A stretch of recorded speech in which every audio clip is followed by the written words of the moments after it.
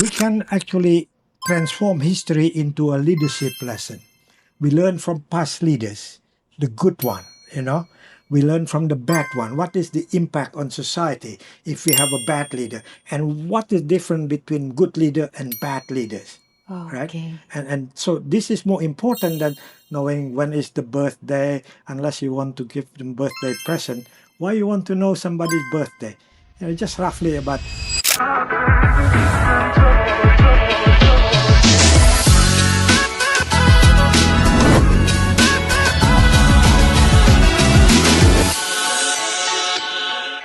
So can you explain a bit more detail about how important of diversity to business or to education? Okay. Yeah. Let's talk about business first, right?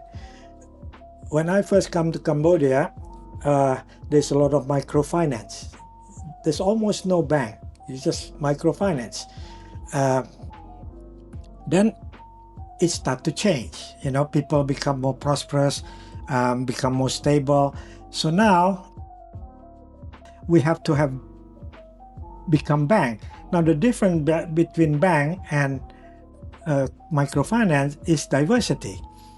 If we continue to be as microfinance, we're not going to be very successful. Many microfinance now in Cambodia already disappear, right? Why? Because microfinance have very limited clientele. Yeah, usually they are people who are not very rich, right? They need microfinance. They only have one kind of product. So to be successful, it have to transform into a bank, right? So the bank have many different clientele, anybody can deposit and join the bank. And the other thing is bank have a different kind of product, different kind of services, for saving for education, saving for buying a car, buying a house, business. So these are the diversity I'm talking about. So that's the example.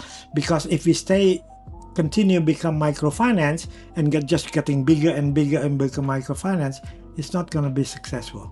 So to be successful, you have to become a bank with diversity of product and service. Okay. Yeah. So let's talk about education.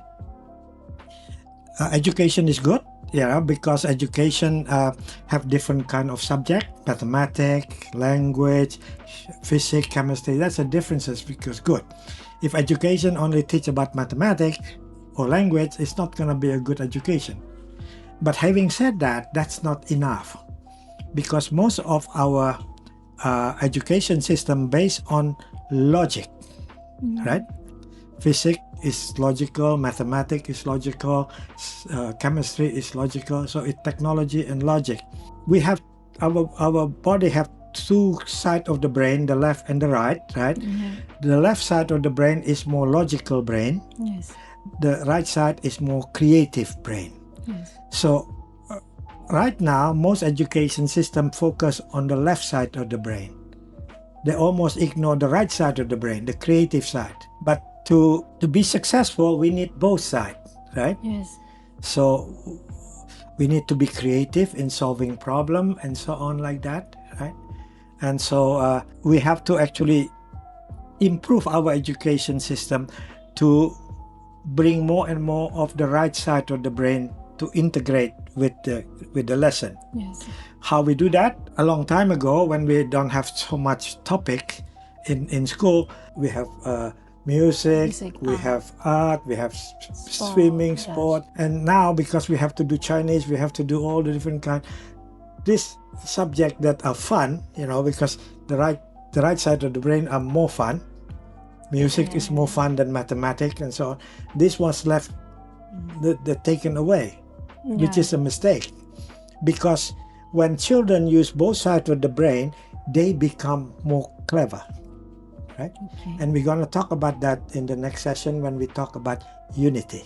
So thank you. Like we can say that because currently some part of those subject has been removed. And also less hour, as you mentioned, and also have some school that they're also doing that, but it's a part-time class.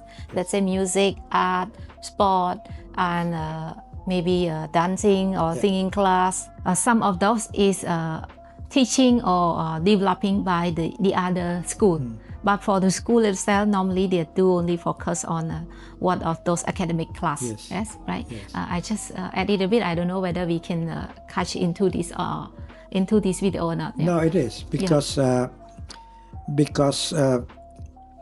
we need to kind of change our education system.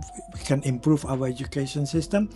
There are many subjects that are not so important, like geography and history. Most children can learn it more from the YouTube channel or television channel, and they can explain a lot more interestingly about geography, about history from the YouTube than can a teacher just saying, open page 25 and start reading it. So there is a creative way of making sure that we have used the right and the left side of the brain, the different side of the brain. Understand. It's really interesting, now it's a challenging between the, like say, some parent and like the other group of parents and the school also, because some of the school they also have taken out of the history and geography, but some parents want to put it, if you withdraw the history, so my kid don't know anything about the history and geography or whatever. But some parents also challenging that, as you said, you can do it in the YouTube or research it, because your brain cannot just remember all the history for the whole of your life. If you study it, just pass the exam and then you finish the grade, you will forget it. And you want it, you just do research. This is the other group of parents. And like in Cambodia now, not just only Pew, but I guess most of the school and the parents also like challenging each other about this part. No, that is good. Parents actually have to challenge the education, After all, it's their children. But let me just go back a little bit when you said about history. The way we teach history is wrong. Most history talking about date and time and so on like that. We can actually transform history into a leadership lesson. We learn from past leaders, the good one, We learn from the bad one. What is the impact on society if we have a bad leader? And what is different between good leader and bad leaders? Right? And so this is more important than knowing when is the birthday, unless you want to give them birthday present. Why you want to know somebody's birthday? Just roughly about. Okay, understand. Yeah. And then if you want to know, go to Google. Yes. You can find that a lot easier. It's remind me about you mentioned, remember about the bad history and the good leadership in the past. Let's say, I remember last time you used to mention about our Pol Pot regime. Yes. Yeah, it's what we got to know about history, but we learn from the bad points. Yeah. And also about the Angkor Wat temple, we can learn about the leadership, as you mentioned in your, I remember is public speaking. Yes. And also some part of your planning for success. Yeah. So I'm glad you mentioned about Pol Pot, because Pol Pot want to develop Cambodia, and that's important because that principle number one, change. Pol Pot want to change, want to improve, but then he break principle number two, differentiation. He make everyone farmers, and you cannot break the law. When you not obey the law, you fail.